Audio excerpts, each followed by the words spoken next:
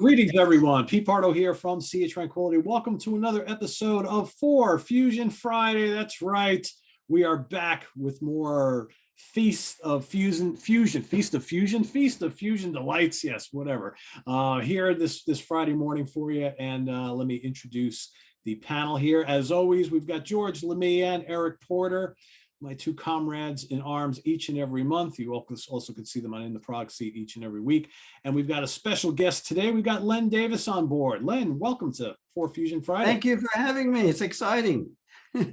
Absolutely. We got some cool stuff today. We got 4 really cool albums to talk about.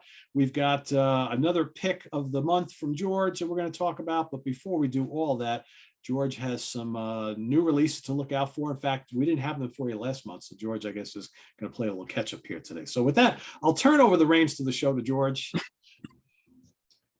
All right. Yeah, this is a double-sized episode since Asher screwed it up last month, knocked my prep. Yeah, blame it on the cat. Yeah, all right. Yeah. Well, we'll start with the obvious one.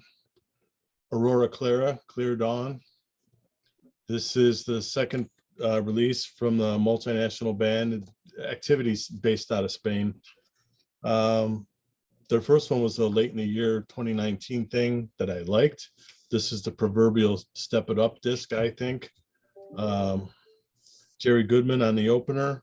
It's the whole CD has got a strong 70s aesthetic, but in particular on some tracks a big time Mahavishnu vibe. Probably many people saw Pete's gushing review. What did you think of it, Eric? It was awesome. I mean, I know they posted it when Pete, I don't know if you had a back and forth with them, because George said to me, I wrote one for the website. And he's like, did you send it to them? I'm like, no, I didn't think of it. So they posted mine, and I think they must have gone to the site, and within an hour they had Pete's up, and Pete did a great review of it. So it's terrific. Yeah, it really is. It really is. I like both of them actually quite a bit.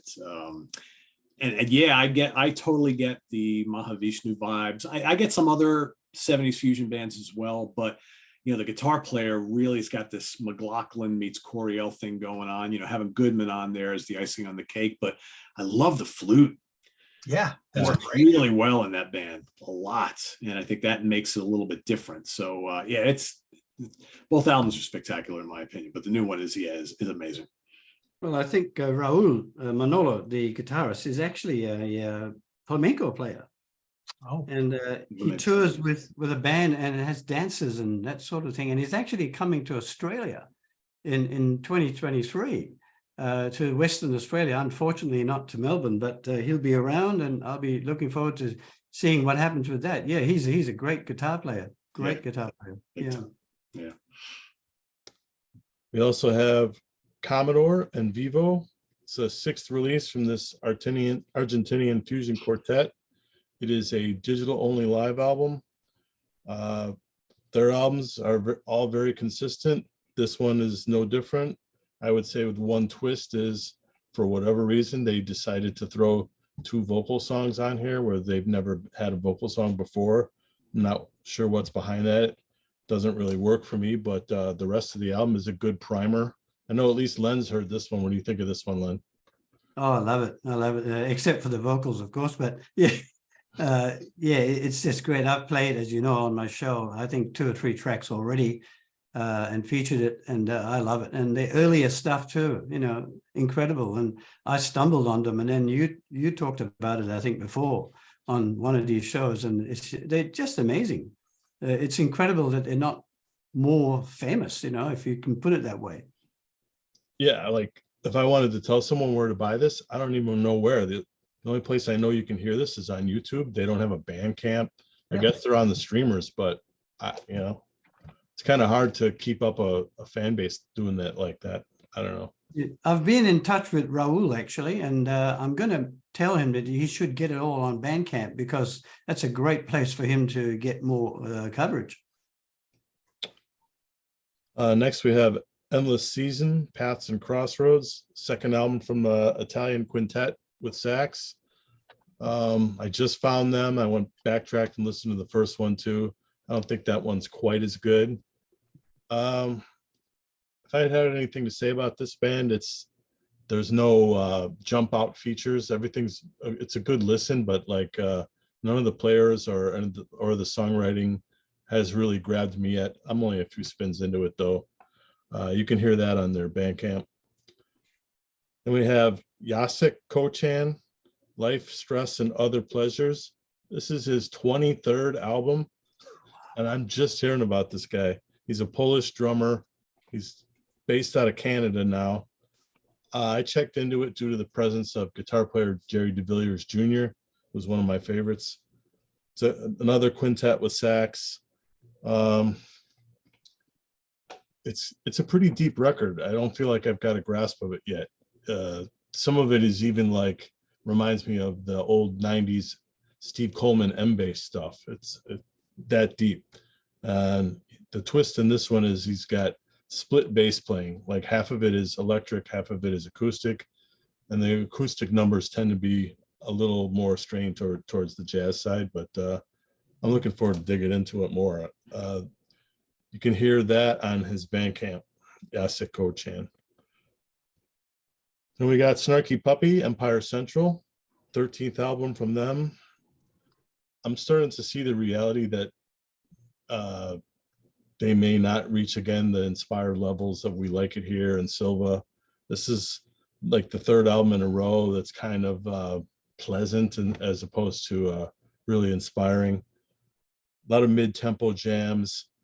And when this particular album is 16 songs, 95 minutes. So that's kind of a slog when nothing jumps out at you. It's all just kind of a steady hum. Granted, there's no bad songs on this, but that's kind of how that goes. And you have Steve Langemo, Up From the Outside, third album from this Colorado-based guitar player. It's another quintet with sax. He's a mixture of a lot of things. Mostly Scott Henderson, I would say, but not too much in any direction. I liked the debut, and I hadn't heard the second one, but upon getting this, I went back to the second one. This feels like a little bit of a bounce back CD. That second one is kind of hit or miss. This one, I think, probably is the best out of the three. I went to his label website to see if there were hard copies because I like it that much. And the link for the buy now sends you to Amazon Music MP3s. And that's where we're at now. The labels are trying to push you to Amazon. Yeah.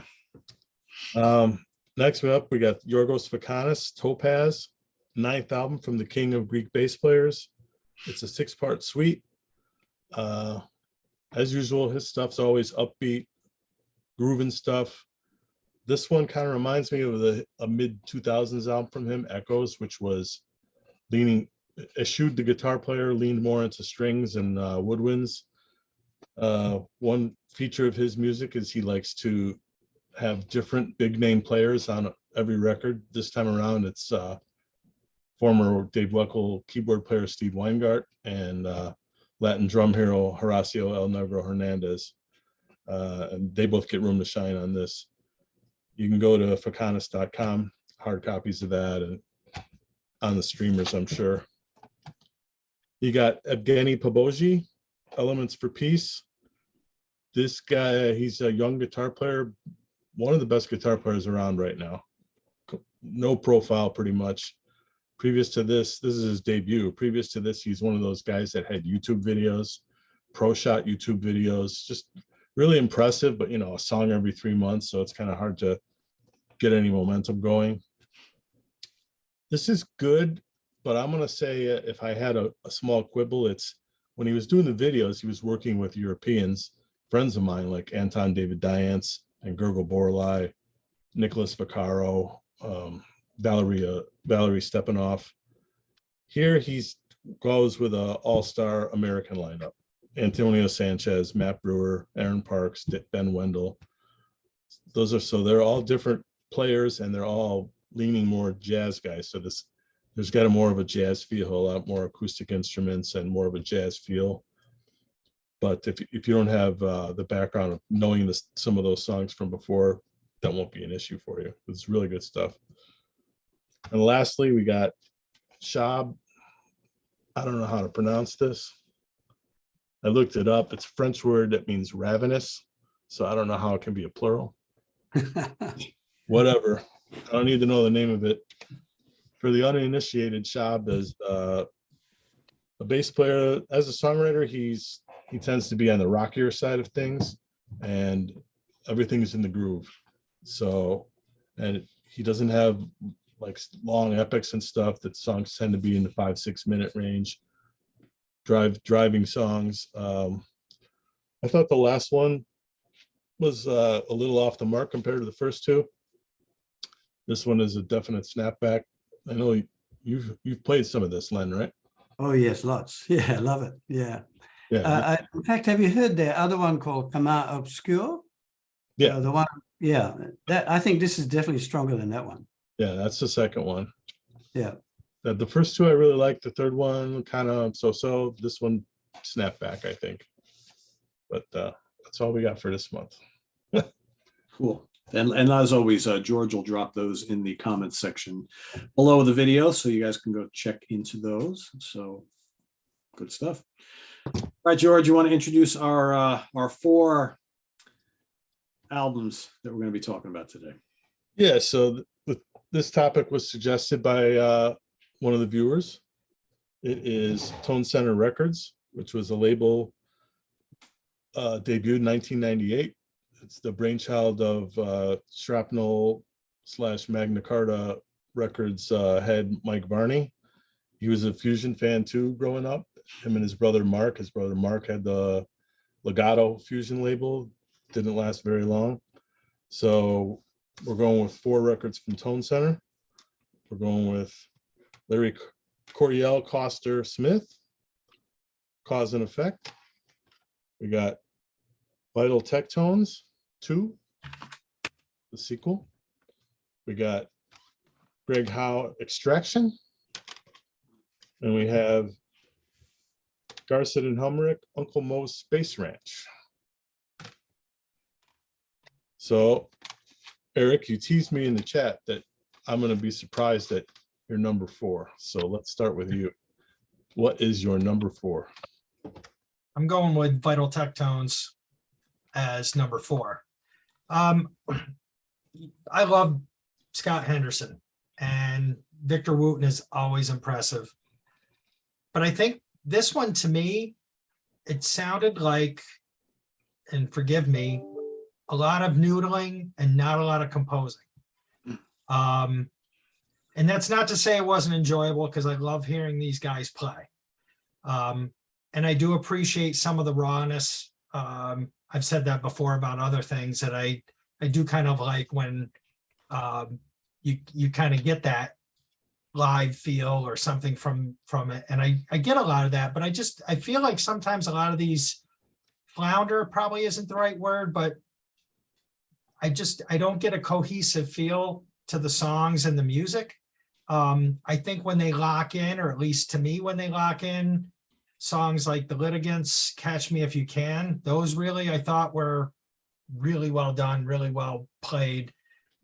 But a lot of it just, to me, felt like jamming in the studio, for lack of a better, I guess, term for it. And I know a lot of that, there's a lot of improv that's supposed to go into this stuff, but for some reason, I just don't feel like they always lock in with each other, with these songs. And that's kind of why it went to my number 4. And we don't get, we only get these 4 albums. So I've given these a lot of listens, and I kept coming back to this one, like, why is this not clicking with me?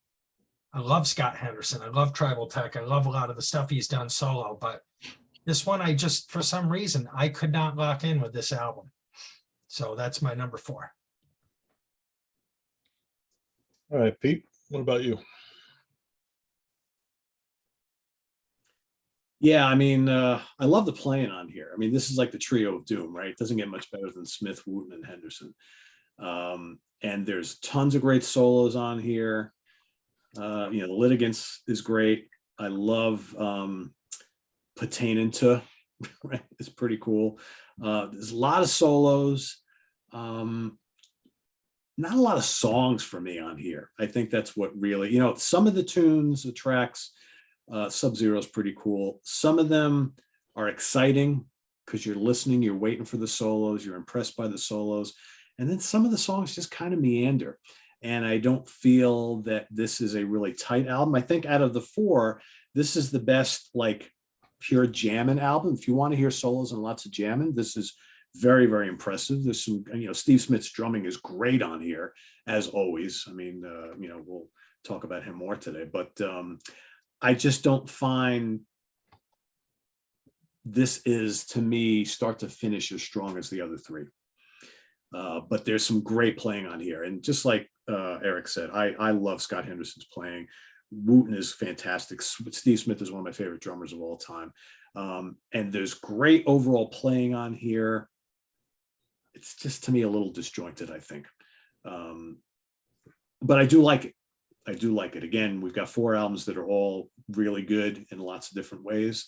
I just don't think I like this one as much as the other 3. So that's my number 4. All right, Len, what do you got? Uncle Mose, this was an impossible task, George. It is every month, Len. Yep. I'm a huge fan of Tone Center and got everything. And when I looked at these 4, I said, this isn't fair. you can't rate them. So look, it doesn't mean much, but I'll pick that as a 4. One of the tunes that really got me was Cyborg, because I'm a big fan of Virgil Donati. And the playing on that is just out there. It's just rock fusion at its best, and it just works, And of course, Brett's one of my favorite guitarists. I'm a good friend of his. He lives here in Australia. I'm surprised as to why he's not huge in the world, but I guess he is to all the guitarists out there. The slide guitar playing from Brett, I love a lot. There's a piece called 1,000 Days. 1,000 Days. And he's all over that. And to me, Brett has got that musicality, that melodicness, and that emotion. He plays with a lot of feeling. So, and that always comes out when he's playing, I feel. And particularly with some of his ballads that he's done, he's really, really good at that type of thing. And of course, Colliding Chimps, Gary Willis, what can you say? The guy is just a giant, and I just love him. He's amazing. So yeah, number 4.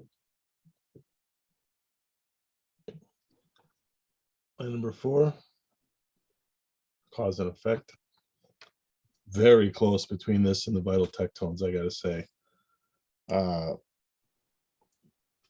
This is the one I hadn't heard in the longest. I hadn't played this in a while for whatever reason, and I think I thought less of it.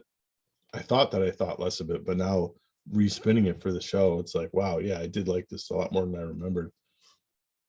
The first 2 tracks, for me, it never gets any better than that. These are hard things, hard times rather. Got Victor Wooten on that one. Incredible. Great solo, great song. Plankton's another really good song.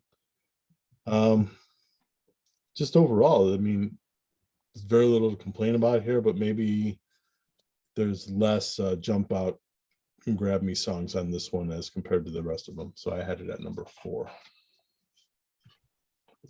Eric?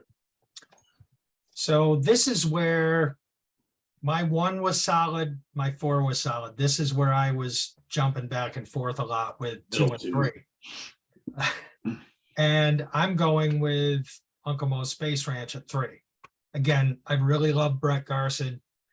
Colliding Chips, I think, has an incredible catchy riff. Like Len pointed out, I guess I was surprised hearing the slide on 1,000 Days, but it's a beautiful melody, kind of a laid back closer, but the slide guitar is awesome. A lot of good riffs on this. I think like Minx has a good guitar riff, and the outro solo is amazing on that one. And they do a lot of different things. I think some of the stuff I think you mentioned Cyborg, Len. Some of the like sound effects and things like that kind of didn't work for me. The talking, I think effect was in that one. If I'm the automated voice or whatever they have, that one just kind of threw me a little bit. A couple funky things in there as well that I thought was good. I thought Swarm and Goblet had a great groove that Chambers set up. That one really, and that's another one, an insane Garcid solo. But I think there were just a couple songs that is it the TJ Helmrich, that second one, that one kind of didn't work for me all that much. Cyborg, I had a little like I said, the voice, the automated voice or whatever kind of got to me. So there were a couple tracks that I wasn't overly thrilled with, but the majority of these are really strong. And like you pointed out, Brett Garcid's unbelievable. As I started getting into fusion, and George has been talking to me about stuff, Dennis Chambers is always impressive. Great band, Gary Willis from Tribal Tech. So I mean, this was one where I was going back and forth between my number 3 and number 2, but that's what I'm going with, number 3, Uncle Mo's Space Wrench. Pete? Number 3 for me. Eric and I are on in sync today. Yeah, I think this is the weirdest of the 4 albums, right? There's a lot of different stuff on here. There's some funk on here. There's some kind of, like, I hear a little Dixie Dregs on a couple tracks. I hear a little Zappa here and there. I like having the 2 guitar players on here because I think they kind of they work well together. They complement each other, but they're very different. Dennis Chambers is amazing. Willis is great on here. The whole band is really good. I really like Cyborg. I mean, Dennis's drumming is just ridiculous on there. Colliding Chimps is fantastic. Minx has some blazing solos. I don't know. I dig the fact that they're kind of like going for it on here, and they're just trying all sorts of different stuff. I think again, this album, kind of like the Vital Tectones, I think suffers a little bit compositionally, but I'm okay with that because the playing is so damn good, and it's just so weird in spots, but it kind of works. So I remember when this came out, I was really into this and listened to this quite a bit, but I hadn't heard this in many years. In fact, most of these albums I hadn't listened to in quite a while. So it was good to hear them all again. But yeah, this is my number 3. It's good. It's really good. Len? Extraction, Greg Howe. Interesting you chose that because I remember on one of my radio shows many years ago, I spoke to Greg Howe, and he told me that how he composes. He said sometimes he goes to sleep, and then suddenly something comes up and he runs down to the music room and just blasts away and gets all this music. And it's pretty amazing how he does it. And he just comes up with it, just like in a very short space of time. So that's what really impressed me about how he composes his music and how it all comes together. One of the songs that I love is Crack It Way Open. You just bang it all out. And, it's blistering stuff. And the rhythm section, of course, who can you not mention, Dennis Chambers. He's over the top. Funk, jazz, soul, rock, you name it, that guy can play it. He's just something else. Howe's playing, of course, is unique to him. Blistering solos, just I love his work. And one of my favorite tunes on the album actually is Contigo, because I love Latin rhythms. And that really works for me as far as something that's got Latin on it, very melodic, nice keyboards in there too. And of course, Victor Wooten, he jumps in all the time. He's just something else. And yeah, that was nice. And Lucky 7, Victor Wooten again, and Scott Kinsey's keyboards on that. It's just really, really nice stuff. So yeah, that was number 3. But as I said at the start, they're all good. So it's just a matter of placing them somewhere. So yeah, it came up as number 3. My number 3 is Vital Tectones 2. I would echo what you guys said, might be a little short compositionally. I guess this is a good place to tell people, in case they don't know, Steve Smith was like a co-creative director with Barney on this label. And all the records that he is on, he put together the lineups, and they restricted themselves to 10 days out in his studio. They basically took like a week to write it and put it down, and then the other 3 days to cut and edit and make songs out of everything. And they felt like that approach would kind of mimic the old 70s approach of getting things fresh, when it's new and not dickering over everything. And sometimes I think guys like that and some guys don't. I remember with interviews with Scott where he was not particularly fond of that approach because he likes to overwork stuff. So maybe that's part of this. Like Eric said, the songs that do hang together for me, Sub-Zero, The Litigants, Catch Me If You Can, Nairobi Express, that stuff's as good as all this other stuff. But yeah, some of the other stuff, you know, kind of hit or miss. So that's why I've got it at number 3. Eric? This was my surprise, my number 2, Cause and Effect, Smith, Costner, Coriel. Not familiar with this at all. I like Scott Henderson. Uncle Mo's Space Ranch was something, George, you had recommended to me, I think quite a while ago. This was one I didn't have, never heard. I have some 11th House, and Len, I'm kind of the newbie, so I'm just getting into everything as we're putting this show together. And the last year or so, I've really been listening to a lot of fusion. That's where I've been going. I know I've got a good number of listens into Coriel's stuff with 11th House, but I don't know if it was the organ just kind of gave me something a little different. Coriel really impresses me on this one. The opener, These Are Odd Times, fantastic. I think Coriel, I know there's a song on here, the finale, Wes and Jimmy, but I think Coriel really channels some Hendrix, like Plankton. For some reason, that one gives me a real Hendrix vibe. Night Visitors, I think he's really kind of loose and unrestrained in that one, it sounds like to me. Like he's just, I don't know what it was, but this really said to me, I got to go back and listen to a lot more of his stuff and get it in my head, because I guess I didn't expect when I laid these out, I figured, oh, that's going to be my number 4, which is stupid because I hadn't listened to it yet. But Coriel's never really hit me for some reason. I mean, I like 11th House, and but it's never, it's always been when I started Return to Forever and Mahavishnu were kind of above them to me, or at least my initial listens. But this one really, I don't know. I got, whether it's the combo of the horn and Coriel seems really loose and free on this, on his soloing. I really, really enjoyed this one. And I think I might have listened to this more than any of the 4 you gave us, just because it was one I had not heard and it really grabbed me. So that's my number 2. Love it. Cool. Pete? So my number 2, I went with Extraction, which I don't own actually.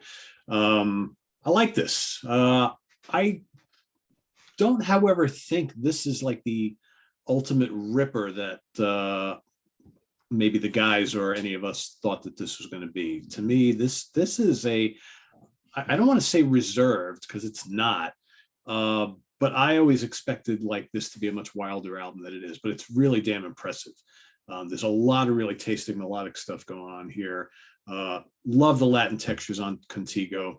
I think Howe is kind of channeling a little Al Di Meola on that one. I kind of dig that quite a bit. Title track is great. Tease is totally funky. Lots of big fat bass on that. Love the guitar licks on that. Crack It Way Open is awesome. I think Protocosmos, their cover of Protocosmos, is absolutely terrific. That's one of my favorite fusion covers. Great. A Delicacy, or A Delicacy, absolutely gorgeous. Love his acoustic tones on that. Lucky 7 is so good. They all get to shine on that track. Ease Up is great. Cook, I mean, really, it's a very, very good album, but it's good for in different ways than I thought it was going to be really good. So I expected like a total shred fest. It's really not. It's actually very mature, really well-written compositions and some really tasty playing. I mean, I think, Greg Howe really shows a lot of different sides to himself on this, which I really like quite a bit. So it's a good one. I almost made my number 1, but it's number 2. Len? VGT. Henderson's one of my favorite players, and I particularly love his blues playing and the sense of humor that he has too with his blues, especially Dog Party. I don't know if you guys have listened to that, but it's pretty hilarious. And he told us a story that they actually had a dog party and they had a hose ready just in case there was a fight. So that was pretty amazing stuff. But anyway, my killer track is the 11-minute 45 Chakamool T. So much going on there. Steve Smith just propels everything. And about the 8-minute mark, the solos are just incredible. And again, Victor Wooten, once again, just smooth and really funky like he always is. Then also with Sub-Zero. Again, Steve Smith, as you mentioned earlier, Pete, you know, his playing is just amazing. And he just rolls into it. And I love the distortion that Henderson uses. And of course, his chops are just killing. Litigants is also a killer. Henderson, Wooten together, trading notes, just wonderful stuff. So yeah, that's my number 2. All right. My number 2 is Extraction. This album was it was actually ended up being titled Extraction because it was, according to Greg, it was like pulling teeth to get this thing out. They had actually recorded it complete, and then they scrapped the whole record because there was problems with equipment. He didn't like some of the playing. He just felt like it wasn't hanging together there. Barney kind of rushed it at one point. He just didn't like the finished product, so they actually scrapped it all and re-recorded the whole damn album. This was, for me, this was him dipping his toe in fusion for the first time. I know a lot of people think the older records are fusion, but I met him, I don't know, like 5 years ago when they were here, and I asked him about it, and he agreed with me that he wasn't really comfortable playing over changes, especially kind of advanced changes, chordal changes that, you know, that like on this album, they're more developed.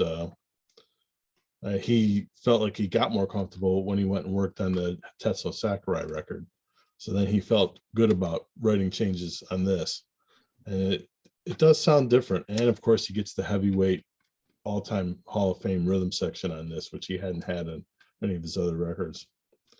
Title track, Extraction, you know, Dennis Chambers opens it up with a drum assault. It's just an unusual way to open a record. Yeah, I like the same stuff you guys do. Protocosmo is a great cover. Contigo for the Latin feel. Lucky 7 is one of the best tunes on here. Anything in 7 I like, you know. I like the odd meter stuff.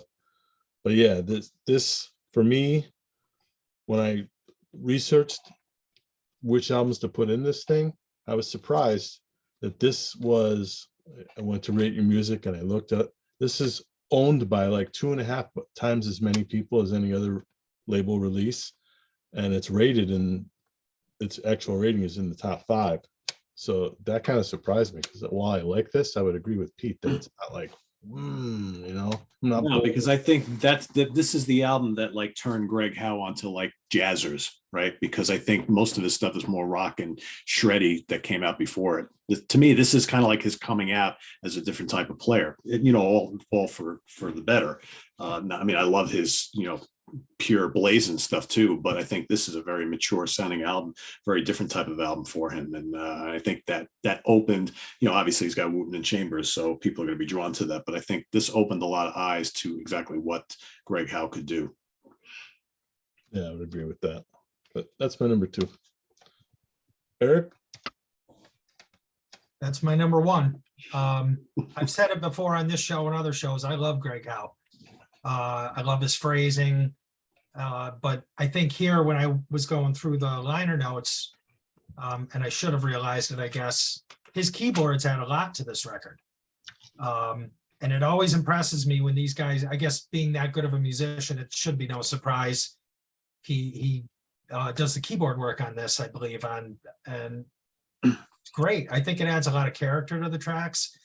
Obviously, Wooten and Chambers, they're as tight and intricate as they are. They're also dynamic players. You know, they know how to change with the feel of the songs and lay back and come in. And I think you guys were pointing out, it's like Lucky 7. I think Wooten does a lot of unison lines with Howe. And then, you know, to me, Howe kind of, he'll step in and back out. I think there's some bass soloing in that Lucky 7 as well. you guys brought up Protos Cosmos.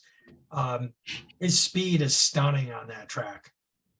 Just blows me away.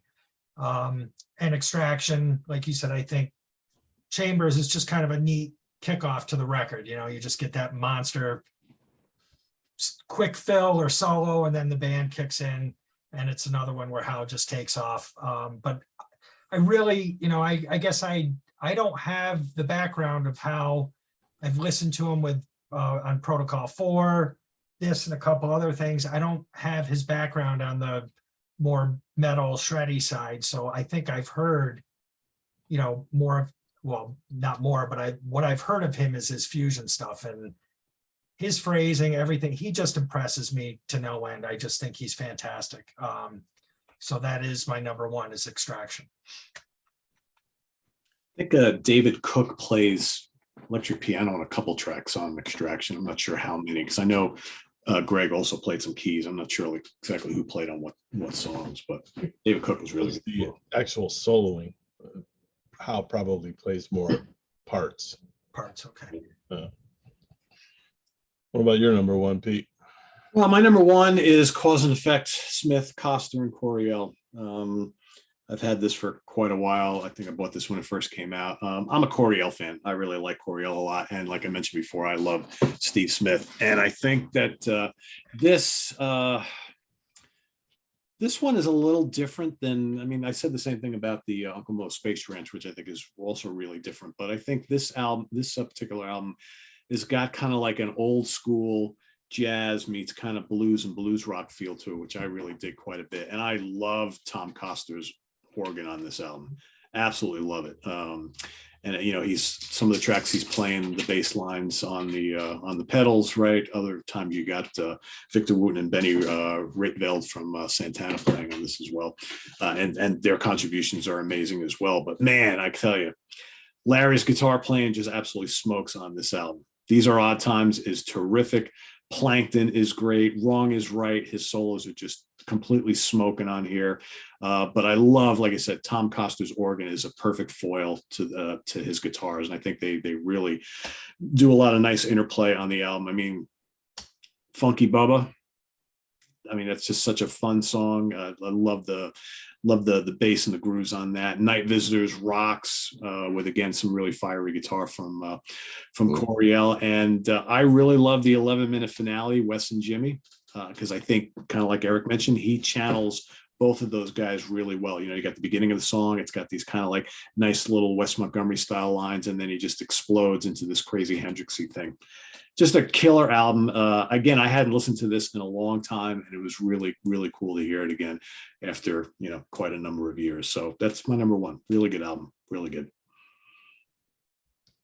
Len? Same as you, Pete. Yeah, I have to admit to a bit of bias here because I'm quite good friends with Tom Coster. I managed to meet him when he came here, and I visited him in the US when I went there. And Benny, I used to see every time. I met him when Miles came out here in '89. And every time he comes over with Santana, we catch up, you know. So there's a bit of bias here that I like these two guys. But what I'm most impressed here, it's not just all the other guys, but Tom Coster is tracking Larry all the way with his keyboards. And sometimes it's hard to tell the difference between the guitar and the keyboards. Like, it's pretty outstanding stuff how he does it. It's not actually mentioned on the album, but I think, you know, it's a great part about why I like it so much. Bubba, as you mentioned, Pete, is just amazing. You know, that funky style with Tom on his keyboards, and then, you know, Steve Smith just exploding over all the top of them. It's just amazing stuff. Misguided Missile is another one that's killing, because Steve on the guitar and, you know, the keys, etc., etc. It reminds me of the shuffle beat reminds me of some really old early Billy Cobham stuff. You know, when he had that kind of shuffle thing, it was just incredible. So yeah, it's a pretty outstanding album. And as you say, the last one with Wes and Jimmy is just too much. It's just just great. Yeah, wonderful. So yeah, that's my definite number one with a bit of bias in it. You know, he played for so long with Santana that it's like Oh, he contributed a lot to those Santana albums, but I think it's really cool to hear him unleashed alongside Coriel in this album. absolutely. It's You should check out. You It's should just- check out two albums Tom released on JVC many years ago. One called "Let's Set the Record Straight," and the other one called the Forbidden Zone. Yeah. And he's got Dennis on it. He's got Bobby Malek. He's got all the great, and that is pure fusion. And two of my favorite fusion albums. In fact, I think I've played them to death on my show, and people probably get sick of hearing them. But you know, it's just great stuff. Yeah, check it out. Yeah, I second that. Forbidden Zone in particular is just Henderson on that. I mean, that's a must-have. And the thing is that the time changes, and you know the things going on. It's just too much for me. It's just over the top. I just love it. Yeah.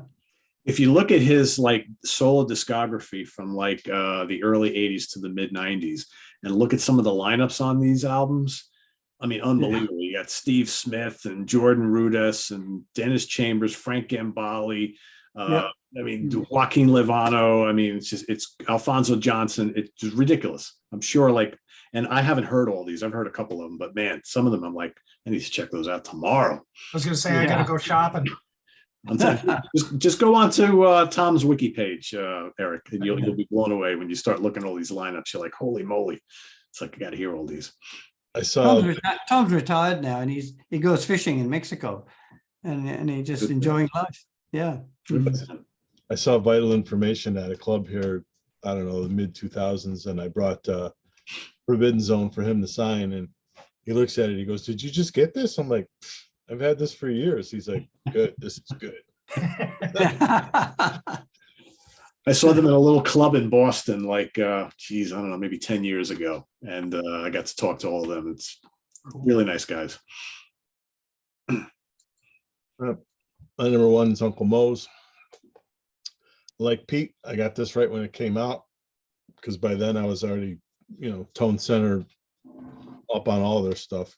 And this one, I had the Garcet and Humrick stuff from Legato, and that is different stuff. It's more melodic, more guitar focused, no go for the throat songwriting. The playing on it is incredible, like way over the top incredible, but it was more of a mellow melodic kind of thing.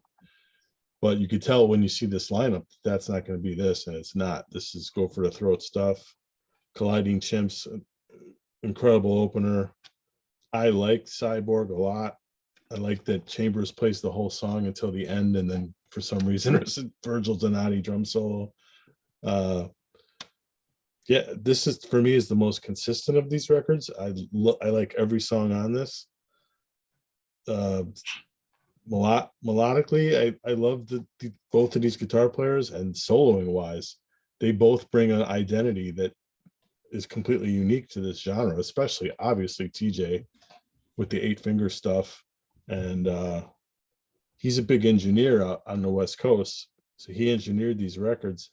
And I think having the time to screw around, he's doing a lot of weird stuff on here. There's one song where he recorded the solo backwards, or he recorded it forward obviously and played it backwards, and that's a really cool solo.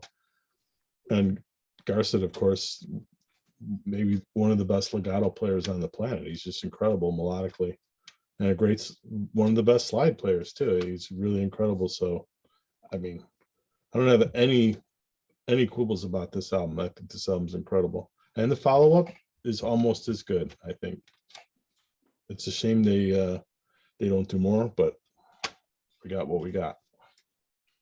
That's my number one. All right.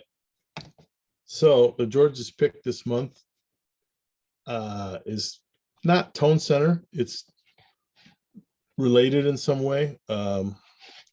Mike Varney, Magna Carta Records, had a sub-label called Magnitude. It only ran from 2003 to 2009. And for whatever reason, T. Lavitz was on Tone Center for a couple albums before this, but then they switched him to Magnitude for this record, School of the Arts. Oh, yeah, got that. Yeah. So, Eric, what did you end up thinking of this one? Well, I didn't know that story, so thank you for adding that. I didn't even look at the label that it came in on, so I didn't know that was part of or related to Tone Center. I actually thought it was Tone Center when I assigned it, and then Okay. I had to go back and figure out why is this on another label, and that's why. The two before this are on Tone Center, Boston Tea Party and Endangered Species. Okay. I've been a Dregs fan for many, many years. To me, this kind of showed another side to T's playing, at least to my ears. A lot more acoustic piano. And I thought, Morris and the Dregs were all fantastic, right? No slouches there. This elevated him to me. I'm assuming he did a lot of the writing for this. I didn't really get into the liner notes. He wrote all but 2 songs. Okay. So, I don't, in that, obviously bringing Jerry Goodman in, I love violin, so he's on 2 or 3 tracks.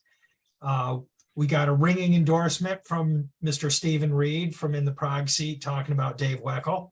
And I don't know if you talked to Stephen or not, but he texted that in the chat the other day, and I'm like, why was Stephen listening to School of the Arts? But so obviously that's another endorsement. He was pretty blown away by Weckl. And when he said that, the song that came to my head was On Fire. For some reason, I thought him and Patitucci in that track were just outstanding. No Time Flat, obviously I love the violin, courtesy of Jerry Goodman, great melodies, very intricate. But the thing that always seems to keep coming back to me is T. Lavitz and the piano playing. And I love that acoustic piano sound. I really liked this. I've been listening to this right along with the other 4, even though the other 4 we have to do homework for, and this one we can just give our feedback on. But I'm so impressed. Not that the Drake stuff isn't amazing, but I don't know if this just gave me another side to T. Lavitz playing that I didn't really get from his playing with the Dregs, and maybe I missed something there, but this was really just blown me away. I love it, and this will be something that'll stay in rotation for a while. Really good stuff. What's your take, Pete? Half of this album I really liked a lot.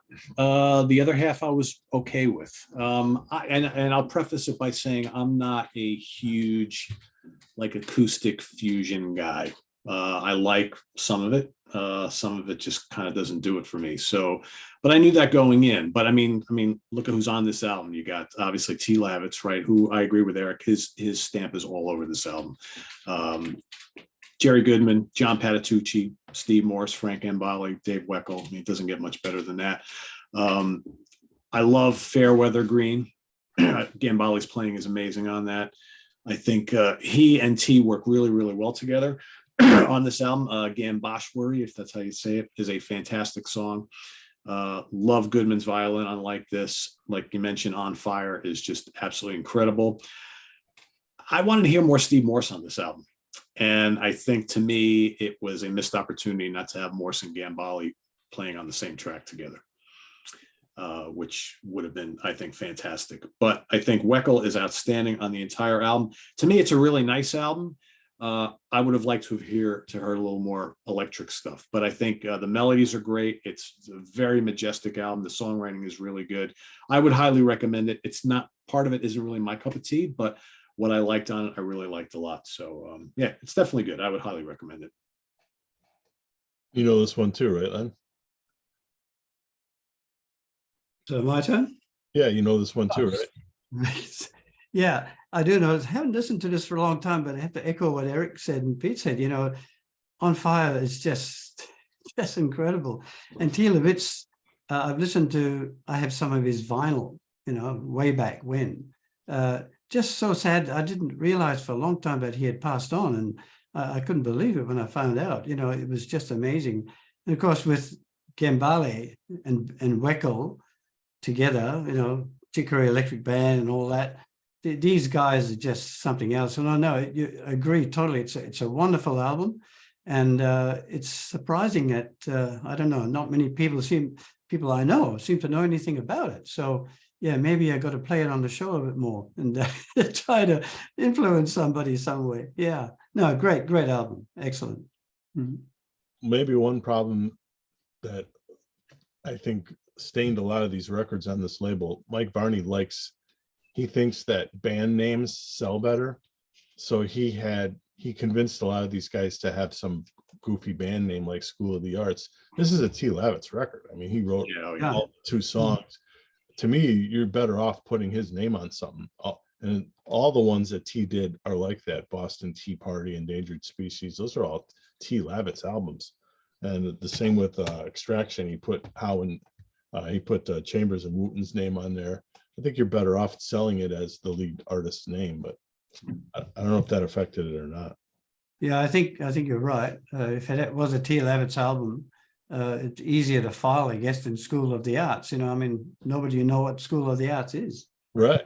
It's not a great name to start off with. As an album title, it's fine, but as a band name, that would not be good.